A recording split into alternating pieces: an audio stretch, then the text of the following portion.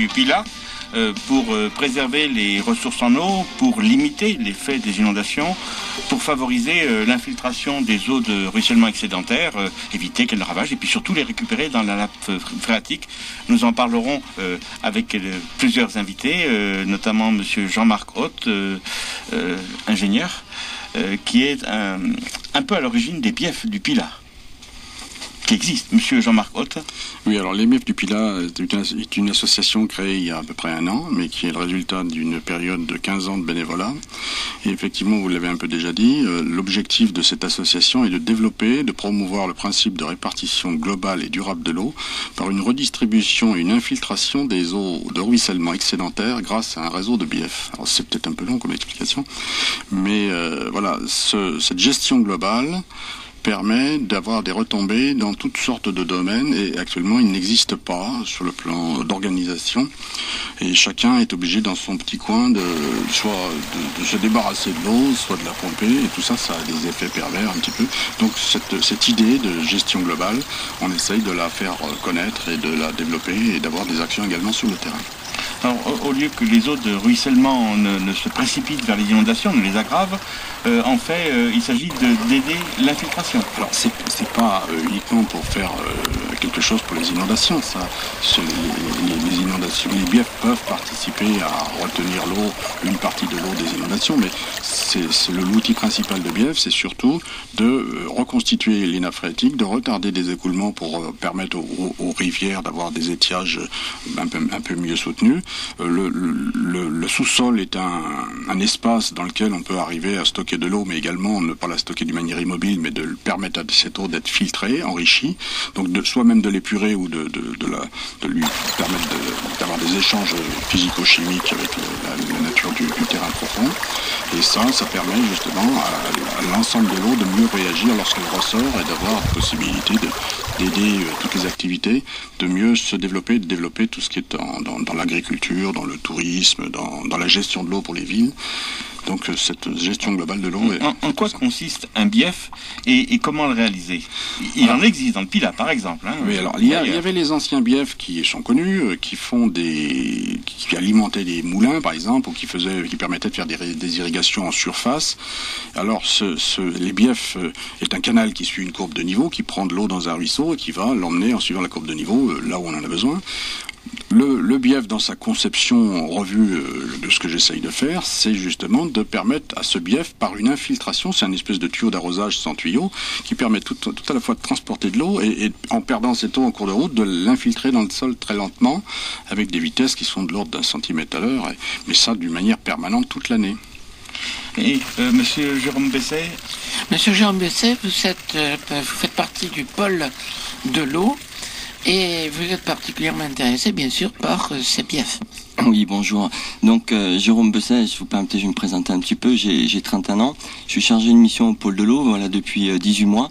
Et dans le cadre des activités du pôle de l'eau de Saint-Étienne, nous avons effectivement le projet de Jean-Marc Haute, de son association, l'association Les Biefs du Pilat, dont il est donc président. Donc l'association du pôle de l'eau a aidé effectivement à aider l'association de Jean-Marc Haute à se développer et à promouvoir le projet de faire les biefs. Donc ça fait maintenant 18 mois lorsque je suis rentré au pôle de l'eau où j'ai pris à cœur ce projet de gestion de l'eau. Grâce à ma formation d'ingénieur géologue et hydrogéologue, j'ai pu voir effectivement l'enjeu d'un tel système, du développement d'un tel système pour les ressources en eau. Et voilà maintenant 18 mois qu'on se bat avec Jean-Marc pour faire reconnaître, ne serait-ce déjà sur le plan local et ensuite sur un plan beaucoup plus vaste, l'enjeu de ce système pour les générations futures. Donc là on est en plein dans un cadre de développement durable. Monsieur Guy Oberlin, vous êtes directeur de recherche au CEMAGREF. Et qu'est-ce que le CEMAGREF? Et pourquoi cet intérêt pour les biefs du Pilat en particulier? Alors le CEMAGREF est un institut de recherche plutôt appliqué au domaine, disons, du monde rural. Je ne vous décline pas le sigle parce que c'est tout à fait préhistorique, mais le sigle est resté parce que les gens le connaissent. Et moi-même, je m'intéresse à cette affaire pour plusieurs motifs. Le premier, c'est que notre institut a fait l'objet d'une sollicitation du ministère de l'Environnement pour suivre ces affaires de bief. qui se développe ça et là en France, et le ministère de l'Environnement, observant qu'il y a un enjeu important là derrière, et peut-être difficile à mettre en place, mais important, a demandé au CMAREF de suivre ça. Donc on a une espèce de mandat d'un de nos ministères de tutelle. Donc j'obéis aux ordres en quelque sorte. Deuxièmement, je travaille dans le domaine de la gestion de l'eau, ou disons des connaissances en hydrologie appliquées à la gestion de l'eau. Et il y a actuellement un enjeu très fort qui est de reprendre ou de prendre en main la gestion quantitative de l'eau, c'est-à-dire la gestion des débits, qui n'est plus guère faite, sauf par le biais des grands barrages EDF, qui sont quand même un cas très particulier. Et les BIEF procèdent de la gestion quantitative de l'eau et représentent même un mode de gestion particulièrement adapté aux petits bassins versants, aux têtes de bassin. Donc c'est également à ce titre, même s'il n'y avait pas eu de mandat de la part de notre ministère de l'Environnement, c'est à ce titre que je m'intéresse à des expériences comme celle que mène Jean-Marc Côte ici, mais qui se mène en France à plusieurs endroits. Et je suis expert dans plusieurs affaires de BIEF, pas seulement pour le Pilat. Les BIEF ont un avenir et le ministère s'en préoccupe. Tout à fait. Et les agences de bassin, les comités de bassin, etc. Beaucoup de monde s'en préoccupe. Et il y a ça et là en France des individus un petit peu isolés, j'allais dire isolés parce qu'ils font du neuf. J'en connais un en Lozère qui est un ingénieur général des mines par exemple, qui travaille sur ces affaires de BIEF parce que c'est une chose importante. Monsieur Emmanuel Mandon, vous êtes délégué de Saint-Chamond au parc du Pilat. Quelle est la position du parc à l'égard du projet BIEF? Donc je m'exprimerai à titre personnel. Je suis effectivement membre du bureau du parc naturel régional du Pilat en tant que délégué de la ville de Saint-Chamond, parce que je suis conseiller municipal à Saint-Chamond. Je dirais que sur ce dossier que j'ai suivi de longue date suite à des rencontres nombreuses avec Monsieur Haute qui m'a fait partager son intérêt pour cette technique tout à fait, à mon avis, innovante, mais qui reprend quelque chose de très connu et ancien. Je dirais que moi, personnellement, je me suis impliqué sur ce dossier parce que je suis curieux par nature, donc j'aime bien comprendre et je crois que là, il y a matière vraiment à réflexion. La deuxième chose, c'est comme élu local et collaborateur parlementaire, puisque je travaille avec M. Rocheboine, député de la Loire, bien, il y avait une réflexion à conduire sur la législation, puisque là, ça touche le code rural et l'aménagement de l'espace, la protection de l'environnement. Et il y avait donc une réflexion un peu théorique et en même temps très pratique, puisqu'il y a des réponses concrètes à apporter à des problèmes auxquels on est tous confrontés dans nos différentes collectivités, et dans la Loire comme ailleurs. Alors sur le parc, moi je dois dire que je suis un petit peu attristé parce que je m'aperçois que le parc, il y a certaines incompréhensions, il y a des réserves. Je crois que bon, c'est la position aujourd'hui, mais je suis persuadé qu'on va évoluer. Je ne voudrais pas qu'on tombe simplement dans une attitude frileuse.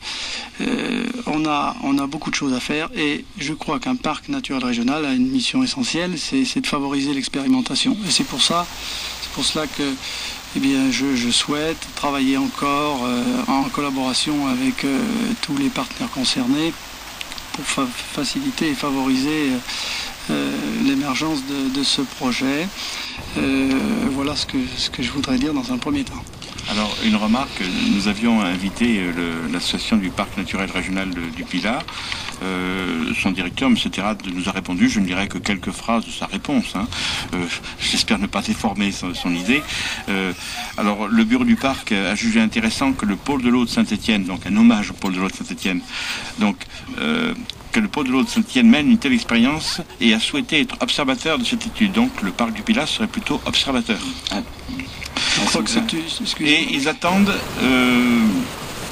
l'issue du processus scientifique et expérimental. Mais si vous permettez, donc c'est tout là un petit peu le problème à l'origine, donc où on veut monter le projet. Le pôle de l'eau et les BIEF du Pilat sont donc les maîtres d'œuvre, ceux qui vont réaliser, coordonner le projet avec le groupe scientifique, le CMAREF, l'école des mines. Et pour réaliser un tel projet, il nous faut effectivement un maître d'ouvrage. Donc une personne, une structure qui commande effectivement la réalisation de ce projet. Et pour le moment, nous n'avons pas trouvé de structure qui veuille bien prendre la maîtrise d'ouvrage, puisque le pôle de l'eau, en tant qu'association, ou même l'association IBF du Pilat, n'est pas éligible ou devant certains organismes n'apporte pas cette garantie sur ce genre d'ouvrage. Donc au niveau local, on a donc vraiment un projet local au niveau de la Loire, au niveau de Saint-Étienne et du parc du Pilat. En faisant le tour, on est revenu au point de départ et effectivement, il n'y a que le parc du Pilat, c'est la structure, dirais-je, je ne vais pas dire non, il n'y a pas que le parc du Pilat, c'est la structure qui semble la plus adaptée à la maîtrise d'ouvrage sur ce genre de projet, étant donné qu'il s'agit d'un projet expérimental à but scientifique, alors qu'une commune, une petite collectivité locale ne peut pas actuellement prendre la maîtrise d'ouvrage de ce genre d'opération qui est trop expérimentale et qui apporte des soucis supplémentaires aux petites communes. Donc là, effectivement, on rentre en plein dans la problématique au niveau local, c'est qu'il y a une structure où on a demandé effectivement de prendre la maîtrise d'ouvrage et comme disait M. Emmanuel Mandon, on va continuer la discussion, voir comment on va trouver une solution pour effectivement donner la chance au niveau local d'avoir un projet, d'avoir une vitrine des bières. Voilà. Alors, cette meilleure préservation des ressources naturelles en eau et donc des nappes phréatiques intéresse au niveau national le ministère de l'Environnement qui défend les projets des biefs un peu partout en France. Il semble même qu'il intéresse au niveau international puisque je crois que des scientifiques et des universitaires marocains et autres sont venus observer le projet des biefs du Pilat en particulier. Monsieur Oberlin, vous... Bon, je voulais simplement dire que quand vous dites que le ministère soutient, vous savez, les ministères sont toujours très prudents. Donc, ils suivent avec intérêt des initiatives quand ils pensent qu'il y a des enjeux. Positifs ou négatifs d'ailleurs. Donc ça c'est quand même bien, parce qu'un ministère il peut avoir envie d'ouvrir le parapluie. Donc là le ministère de l'Environnement a montré son intérêt pour les biefs. Il a financé fortement une expérience de bief dans le cadre du 11e contrat de plan État-Région Midi-Pyrénées, avec un bassin test sur le Rance, un affluent du Tarn dans le département de l'Aveyron. Et il a cofinancé, quoi que ce soit plutôt l'agriculture ou les instances européennes, une expérience également très forte en Ardèche, sur les béalières. Alors, un petit commentaire, c'est la Loire qui a commencé la première à reprendre l'initiative sur les biefs en France. Pour les difficultés locales qui ont été évoquées, il se trouve qu'en ce moment, l'Ardèche, l'Aveyron, demain la Lozère et puis d'autres sites que je connais pas bien sont maintenant devant. Bon, ça c'est je crois l'histoire. La gestion d'eau est compliquée. Quand les acteurs locaux ne sentent pas que c'est l'avenir, ils hésitent et puis pendant ce temps il y en a d'autres qui prennent de l'avance. Bon, après tant mieux pour l'Aveyron et l'Ardèche. Tout ça c'est de bonne guerre. Eh bien, pour que ce ne soit pas lettre morte, on pourrait peut-être faire une pause musicale avec l'eau vive.